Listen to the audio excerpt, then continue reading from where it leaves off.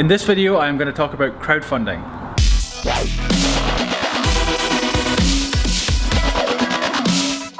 Now, I'll keep this fairly short. What I'm going to do is I'm going to give you like a framework, a really simple framework that will cover like 90% of what you need to know about crowdfunding. I know that sounds like a tall order, but bear with me. What I'm going to do is do that tacky thing that people do where they do like acronyms, like the 3 T's of freedom or the 3 F's of failure. This is the 3 P's of crowdfunding, but bear with me, you'll see that it's really, really good. It actually makes sense. It really does. What I'm going to do is I'm going to break down crowdfunding. There's only 3 parts to crowdfunding. I'm going to break it down for you right now. So what I'll do is draw a pyramid, like so. I can see there's a bit of reflection there, but hopefully you can see that. And what we'll do is we'll split it into 3.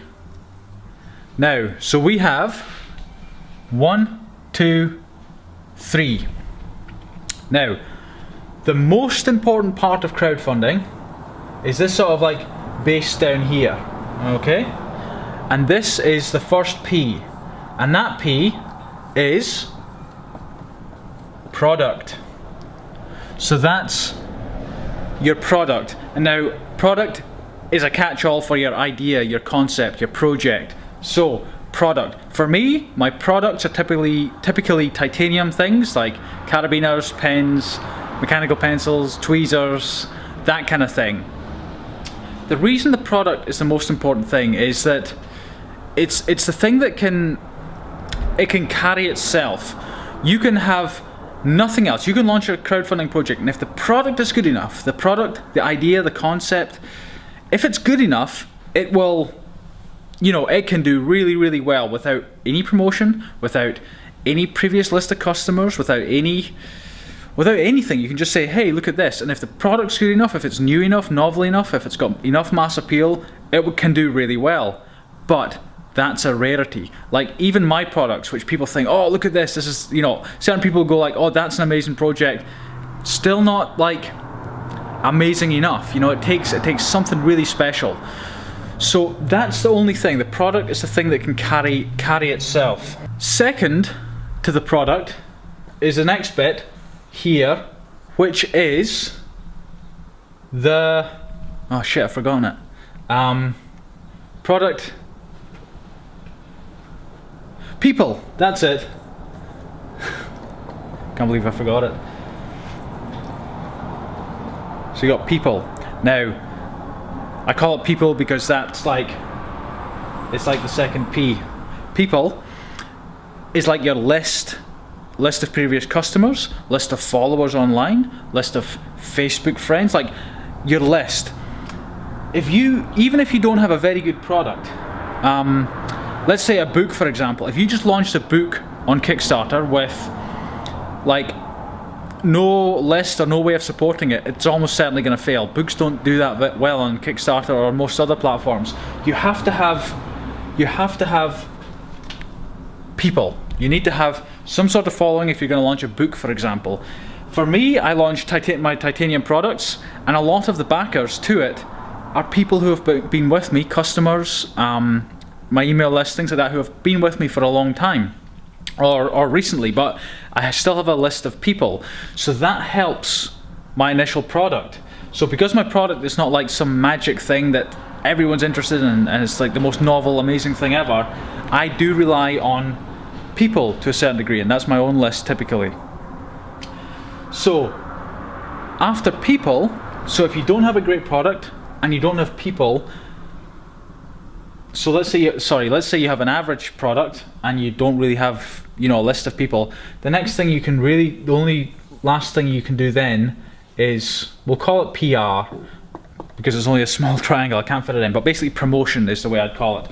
So you really need to be able to promote it and things like that. That's a bigger subject. I am not very good at promoting. I tend to not promote at all. I focus on the product and the people, and I forget about the PR thing. I have spent a lot of money on PR in the past. I actually spent 5 figures on one particular PR strategy, got 0 results. It was the biggest waste ever. Not really a waste, I know never to do it again. So, PR. So, yeah, I really can't talk too much about PR because, like I said, I just don't know that much about it. So, that's it really. That really does cover almost everything in terms of crowdfunding. The most important thing is product. The next most important thing, if you don't have the most amazing product, is people. Have a list of people. And the next most important thing, if you don't have any of those, is promotion. So, like, I've seen products that aren't that great, and people who don't really have a list of followers already, it's like a new project, new company, new business, and they've done something and they've managed to promote it really well. They have contacts or whatever it is, I really don't know, and they've managed to do really well crowdfunding just with PR. But if you can get all of these, that's pretty good. The projects that you see, interestingly, the projects that do really, really well on Kickstarter, quite often they have that 3, but more often than not, they actually only have those 2. They have a really good product and a lot of promotion. And in fact, I would even go further to say that there's lots of products I've seen, the product isn't even very good. It's not new, it's not even very novel, it's not very good quality either. You know, typically, you know, not made by the people that are doing the campaign, it's, you know, made overseas. And they've just, you know, like really, really done a lot of PR and, you know, maybe built a list of contacts that they could help push it as well, you know, like not so much a list of customers, but a list of like bloggers, magazine, you know, entry into magazines, that kind of thing. So yeah, the product can be sort of an afterthought almost if people put enough effort into PR and people. There is actually an X factor that isn't here. It's almost like a little thing on there, and it's L really. And you know what L stands for? Luck. There is some massive projects out there, and I used to look at this years ago. I used to be like, wow, I wish I could do a product like that. It doesn't seem much of a product, or maybe it's like, oh, how did they do so well? Maybe they did $1 million or something, and luck can play a big part of it. But it looks easy when you see this project that say did $1 million and there's nothing too special about it. But you forget that even on Kickstarter alone, there's somewhere between 3,000 and 4,000 projects launched every month. That's tens of thousands of projects a year. So when you see one that pops up that's done really, really well, it's easy to go, oh, it's easy, but no, L at the top, just to ruin my nice 3 Ps in pyramid. Luck is almost always involved there. Luck with the media, luck with the product, luck with the right snowball effect as one place catches on another news place and they get promoted again and again.